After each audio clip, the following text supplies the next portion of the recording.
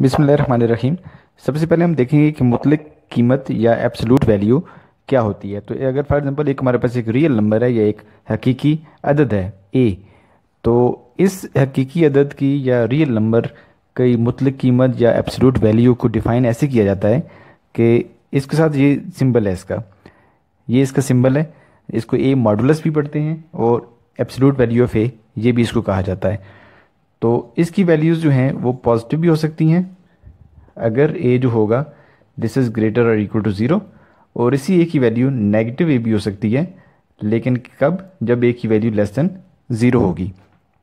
तो इन दोनों खसूसियात को कंबाइन करके इस तरह की फॉर्म में लिखा जाता है जिसको कहा जाता है एब्सोल्यूट वैल्यू ऑफ ए या ए की मुतलक कीमत।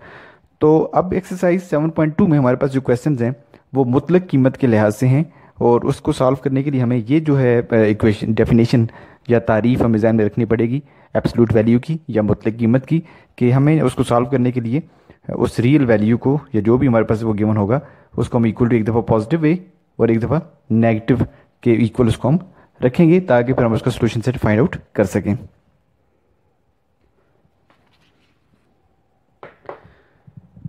ये हमारे पास क्वेश्चन है 3x-5 मॉड इक्वल टू 4।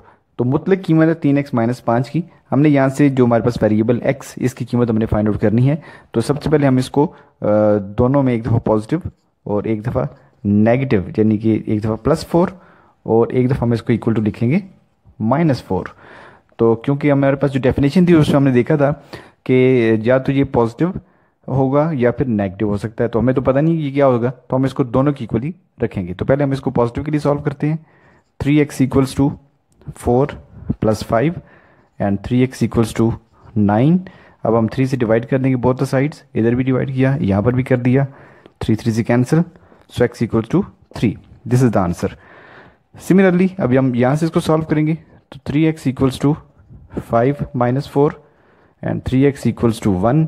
तो 3 से हम डिवाइड करते हैं बोथ द साइड्स, तो x का आंसर यहाँ से आ जाएगा 1/3। तो सोल्यूशन सेट हमारे पास आ रहा है दिस इज़ 3 एंड 1/3। एक चीज़ और इसमें आपने ध्यान में रखनी होगी कि हमें इन दोनों वैल्यूज़ को वापस पुट करके इस इक्वेशन के अंदर चेक भी करना होगा कि ये इसको सेटिस्फाई करते हैं या नहीं करते। अगर इसमें से कोई एक आंसर सेटिस्फाई नहीं करेगा तो उसको हम एक्सट्रीनियस रूट कहेंगे और उसको हम सोल्यूशन सेट में से आउट कर देंगे। तो इसको हम पहले चेक भी कर लेते हैं। अब हम इसको चेक करते हैं। For x equal to 3, for example I put it here 3 × 3 - 5 mod equal to 4, और ये आपके पास आ जाएगा 9 - 5 इक्वल टू 4, और जाहिर सी बात है 4 इक्वल्स टू 4। तो ये हमारे पास करेक्ट आंसर आ रहा है।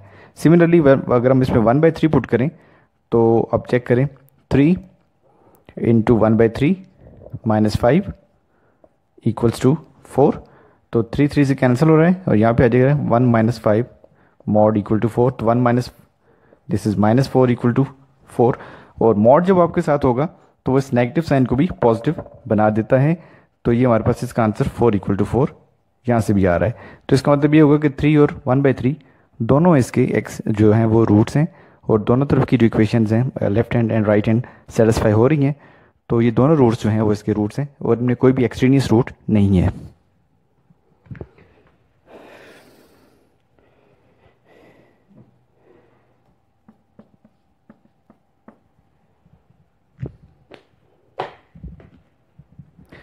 सबसे पहले हम इसको थोड़ा सा सॉल्व कर लेंगे और इसको सिंप्लीफाई करेंगे। -4 को अगर हम यहाँ से ट्रांसपोज कर दें तो 1/2 equals to 3x + 2 mod equals to 11 + 4। That means कि ये हमारे पास 1/2 3x + 2 मॉड इक्वल टू 15 आ रहा है। अब हम इस 2 से क्रॉस मल्टीप्लाई करेंगे और ये हमारे पास आ जाएगा 3x + 2 मॉड या absolute value of 3x + 2 equals to 15 × 2, that means 30।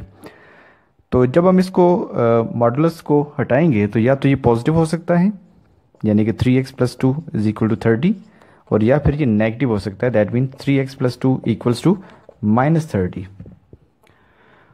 अब इसमें इसको हम सिंप्लीफाई करना चाहते हैं। तो 3x equal to 30 - 2 that means 28। तो x का आंसर हमारे पास क्या आ जाएगा 28/3। In the very similar way यहाँ से हमारे पास 3x का आंसर क्या आ रहा है -30 - 2 यानी कि -32, और एक्स से 3 से हम डिवाइड करेंगे बोथ द साइड्स, तो एक्स का आंसर आ जाएगा -32/3। तो सोल्यूशन सेट में हमारे पास ये दो आंसर आ रहे हैं, 28/3 एंड -32/3। तो इनको हमने चेक भी करना है, वेरिफिकेशन भी करनी है कि क्या ये इसके ओरिजिनल रूट्स हैं या एक्सट्रीनियंस है। तो अगर हम इनको वापस पुट करें इक्वेशन में, left hand side equal to right hand side अगर आ रही है तो ये इसके ओरिजिनल रूट्स हैं और हम इनको रिजेक्ट नहीं करेंगे।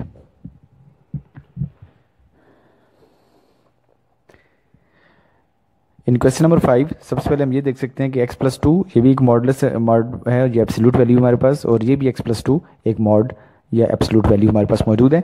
हम इन दोनों को लेफ्ट हैंड साइड के ऊपर कंबाइन कर लेते हैं, ये हो जाएगा x+2 mod plus x+2 modulus, और ये जो -3 होगा इसको हम उस तरफ ले जाएंगे इक्वेशन की राइट हैंड के ऊपर, दिस विल बिकम 5+3। तो x+2 mod and x+2 mod this will become 2 into x+2 mod, क्योंकि दोनों लाइक टर्म्स हैं, हमने आपस में इनको जमा कर लिया। 5 जमा 3 बराबर 8, तो 2 से डिवाइड किया बोथ द साइड्स, तो x+2 एब्सोल्यूट वैल्यू या मुतलिक वैल्यू इसकी आ रही है हमारे पास, यहाँ से कैंसिल हो गए, इक्वल टू 4।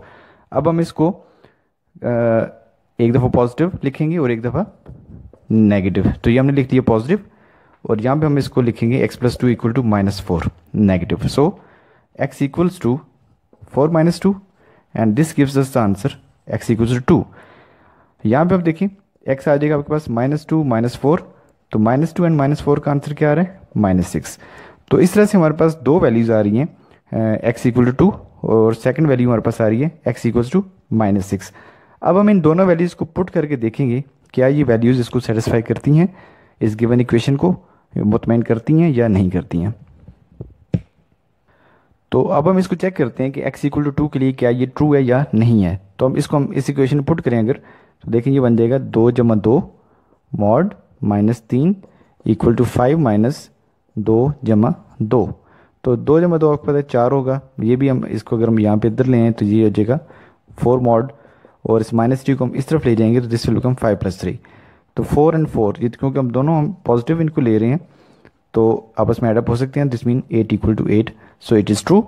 तो ये हमारे पास एक इसका रूट होगा। -6 के लिए आप चेक करें तो -6 + 2 मॉड -3 इक्वल्स टू 5 -6 + 2 मॉड, तो -6 + 2 दिस इज़ -4 एब्सोल्यूट वैल्यू, और इसको हम ले आएंगे इक्वेशन के लेफ्ट हैंड के ऊपर, यहाँ पर आके ये भी -4 मॉड बन जाएगा, -3 को उस तरफ ले जाएं राइट हैंड के ऊपर, ये हो जाएगा 5+3।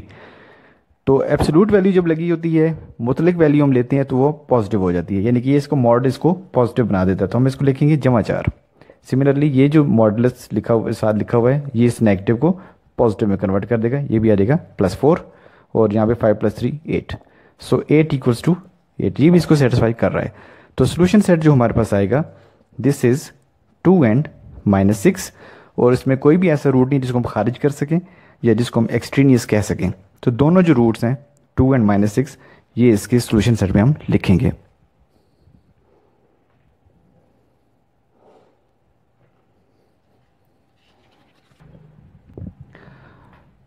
अब इस क्वेश्चन में ये हमारे पास जो इसका क्वेश्चन नंबर 2 का लास्ट पार्ट है, सेकंड लास्ट पार्ट इनफैक्ट, इसको हम देखें यहाँ से हम पहले ट्रांसपोज करेंगे to the right hand side, तो ये हमारे पास आ जाएगा 3 - 5x/4 modulus equals to 2/3 and +1/3।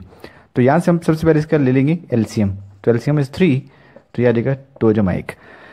इसके बाद हम इस 4 को क्रॉस मल्टीप्लाई भी कर सकते हैं, तो 3 - 5x मॉड, और यहाँ से अब देखें अगर हम 2 जमा 1 लिखेंगे तो ये 3/3 आ जाएगा ना, मल्टीप्लाई बाय 4, क्रॉस मल्टीप्लाई हमने कर लिया, ये कैंसिल हो जाएगा, तो इसका आंसर हमारे पास आ रहा है 4।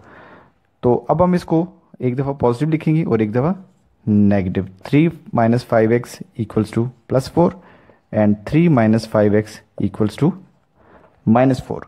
अब इसमें सोल्यूशन इज़ वेरी सिंपल, आप इसको 5x उधर ट्रांसपोज कर लें तो ये आ जाएगा 3 and this will become -4 equals to 5x and 5x equals to -1, और x का आंसर हमारे पास आ रहा है -1/5।